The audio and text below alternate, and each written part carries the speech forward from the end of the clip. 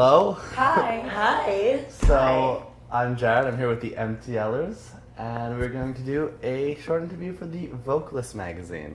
So introduce yourselves. I'm Celina. I'm the lead singer. I'm Camille. I'm the guitarist.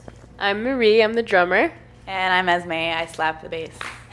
Slap of the bass. And she slaps other things. Thanks. Yeah, anytime. And your face What? So how did the band get formed? I'm going to answer this question. Yeah. Okay, so basically the band was formed in my apartment about 2.5 years ago. I was in another rock band, and I didn't like it very much, and we Were you needed a the bass. singer? I was the singer, yeah. Okay. And we needed a bassist, and so Esme came along because our drummer at the time knew her from school, and Esme came along, and then she brought Camille, who played the guitar, and she was like amazing. And so they joined the band. Then we didn't have a drummer, and then we found Marie, and Marie was by far just the best drummer we've ever. Godsend. She's basically the reason why the stars align. That didn't make any sense, but basically it was like I don't know how to explain it, but she's everything we needed.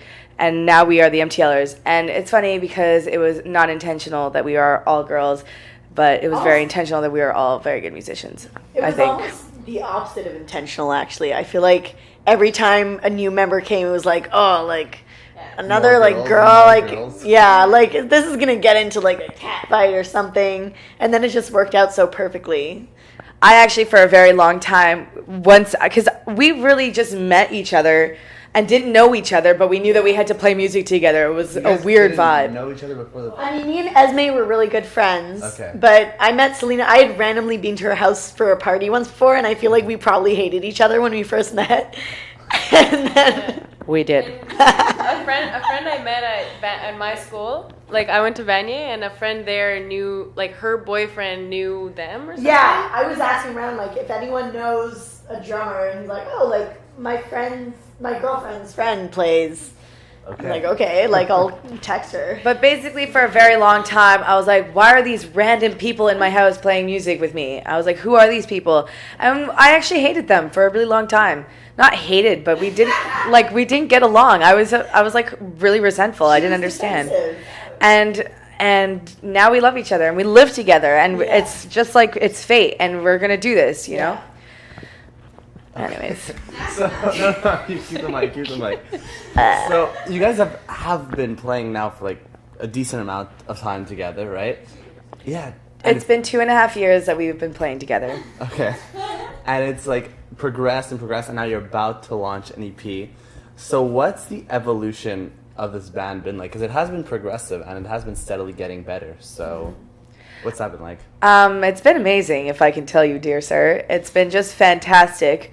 From day one, nothing has gone backwards, which is a really nice feeling. We've just been constantly pushing ourselves to be better, and it's only the beginning, really. It's been 2.5 years, but it's just we're at the beginning of this huge thing we want to do. So, someone else. Well, yeah. Right from the beginning, we really all were committed to it, and that's the biggest problem you have when you're in a band is that like maybe not everybody wants to come to band practice or like devote their whole lives to it. Mm-hmm.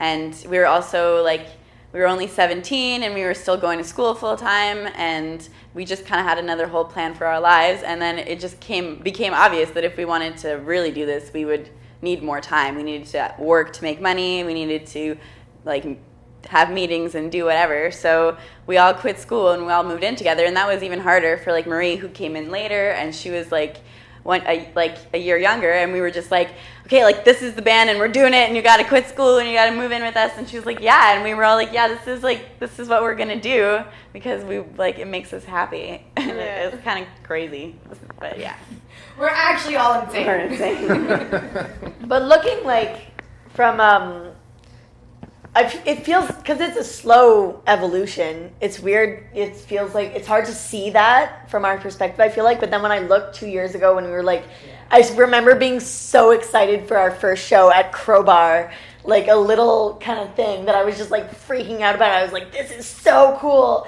And now every show is kind of just like, I mean, we play every like week or two, so it's just so normal. It's still exciting. Though, It's exciting a little bit. It's but it's also just it's normal. And at first, it was so exciting. I think evolution-wise, too, like, not, like, just evolution within the industry has just been so, like, I feel like we're definitely, we're taking our steps and we're leaving our, like, what are we leaving? What's, like, our mark? Musical trace. Yeah, we're leaving our trace or whatever, our footsteps and whatever. But basically, we just come from playing our first show at Crowbar to... Now we have managers, now we're working with producers, and we're doing all this cool stuff, and people are paying for that. And it's a good feeling to know that you have people who support you in what you love to do and in what you're passionate about. And then not only that, you have this support system that you get to go home to every day, which is really nice. So for the EP, like, what went into the creation of that? What was all the work behind it? Well, I mean, I guess it's hard to say because the EP is 3 songs that we wrote that we've been playing for a while, and then it's 2 songs that are live off the floor. And what is it? 5 songs total? 5 songs total. And I mean, the EP is, I don't know, like the EP is just our, like everything, it's everything about us. It's like, it's our baby. It's like, our music is just so important to us, and we finally have, like, we've waited so long to be able to show the world what we can do, not just on stage, but to be able to take it home and listen to them, because we know that some people really do want to listen to it, you know? And, I mean, I don't know, it's just like we put all our work into it, we put everything, and what it reflects is just us, I guess, I don't know.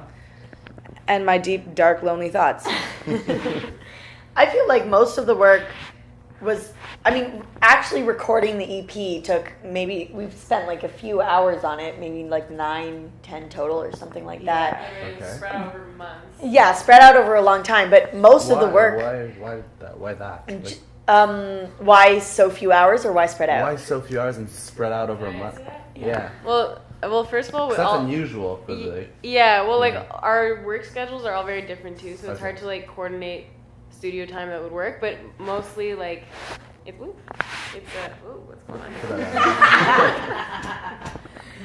on? Mostly the producer would kind of just, like, it's hard to, like, communicate properly sometimes, and It was just the work ethic that he had. Well, it's his style too. He's very like come in, record. Like I went in yesterday to finish a little thing, and it was very like I went in and just immediately start the track, no setting up, just like here's the sound, play it, and I was out 20 minutes later. Okay. Well, and it's because what it is that he's really good at his job. And like this is our first album that we're putting out, and we've recorded a lot before that. We were trying to record music, and we would do it, and it wouldn't sound anything like it sounds live, and we just didn't know like how to make it sound good. Yeah. So then we started working with this producer, and we just realized how much of the process has nothing to do with like us actually playing. Yeah. So, that's true, yeah. So we just go in there and, like, for example, the bass line, like, I thought we were just kind of running through it at the beginning, and then I never had to go back into the studio again because, like, my bass lines were recorded, and that was that. And it sounds awesome now, and, like, it's very much all the work that he put into it, too. Yeah. But the fact that we had done all those hours before and been playing these songs for, like, 2 years, and like, it helped that we were really good at them. We spent a lot of time besides being in the actual physical studio, we spent time writing parts to our songs because they weren't complete, and he was brilliant about that, our producer. Glenn Robinson, great guy.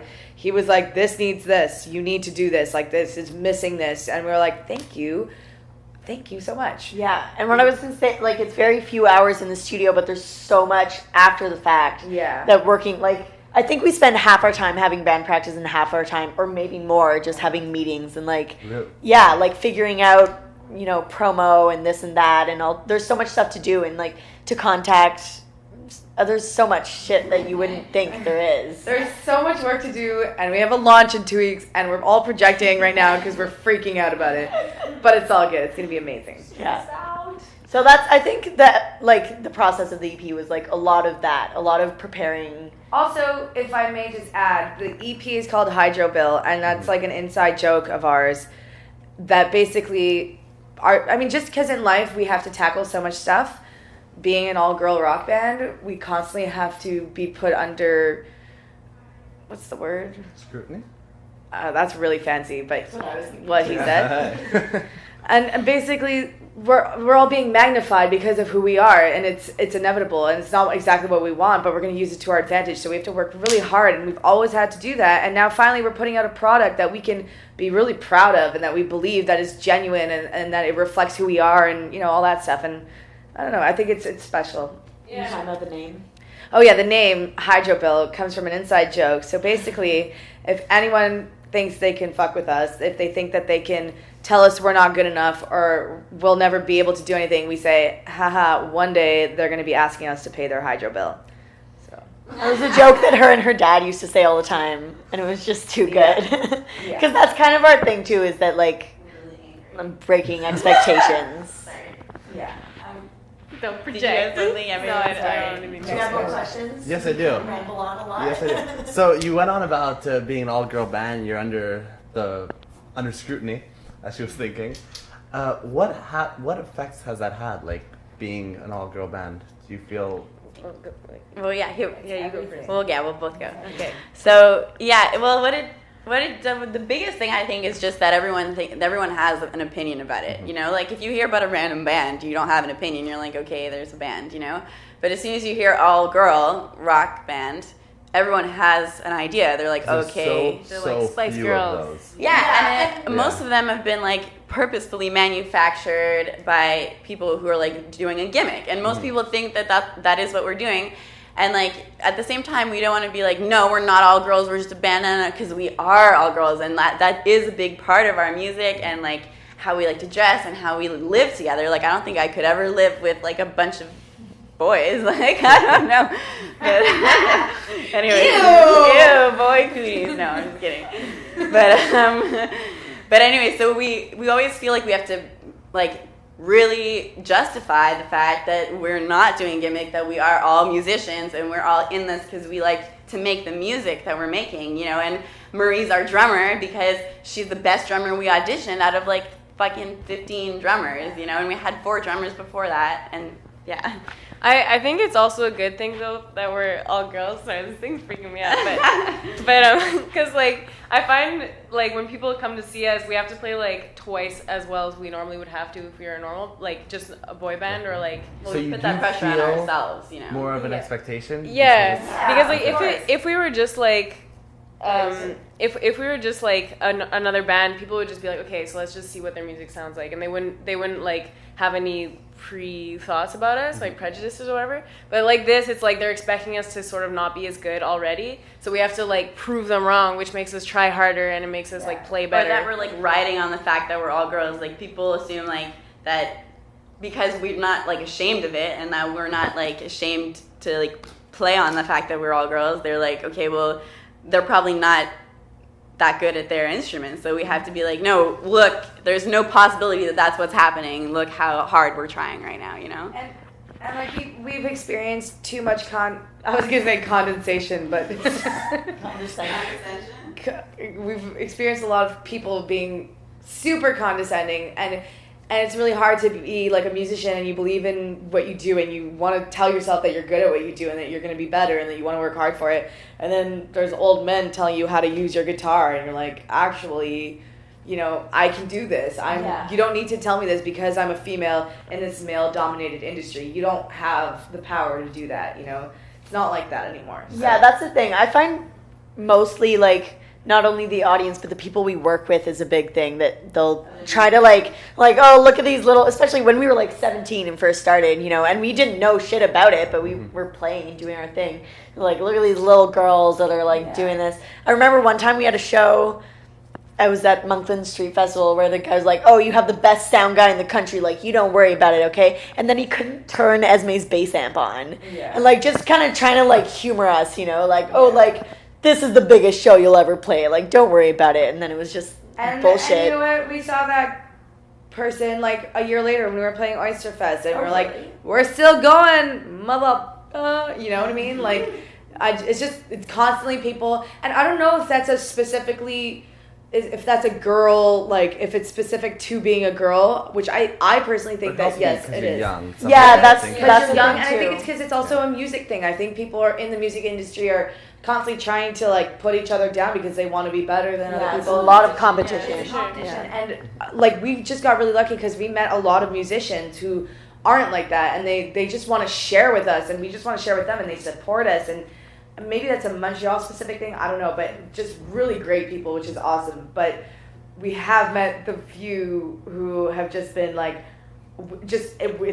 you're in awe when you hear those like subliminally like sexist comments, and like you're like, really, man? Like, are you insane? But we have no problem telling them how it is. Don't worry. We tell them. But I feel like it's easier to dwell on the negative things a lot because it's like, Yeah. you know, it's like it gives you something to bitch about and it's fun. But like, like more than not, people are more like very supportive and like they like to encourage us, and they like people show up at our shows and are real fans and like come to every time almost, and it's like just I don't know, it's just nice to know that people really care about our music and what we're doing. A lot you know? of people try to lift us up. And even when like those other musicians, maybe older male musicians, feel the need to always like give us a lesson, like they're doing that because they like what we're doing and they like appreciate that we're playing the kind of music they really liked when they were younger, and they like to see like new people doing it, and we appreciate that too. But it just gets like.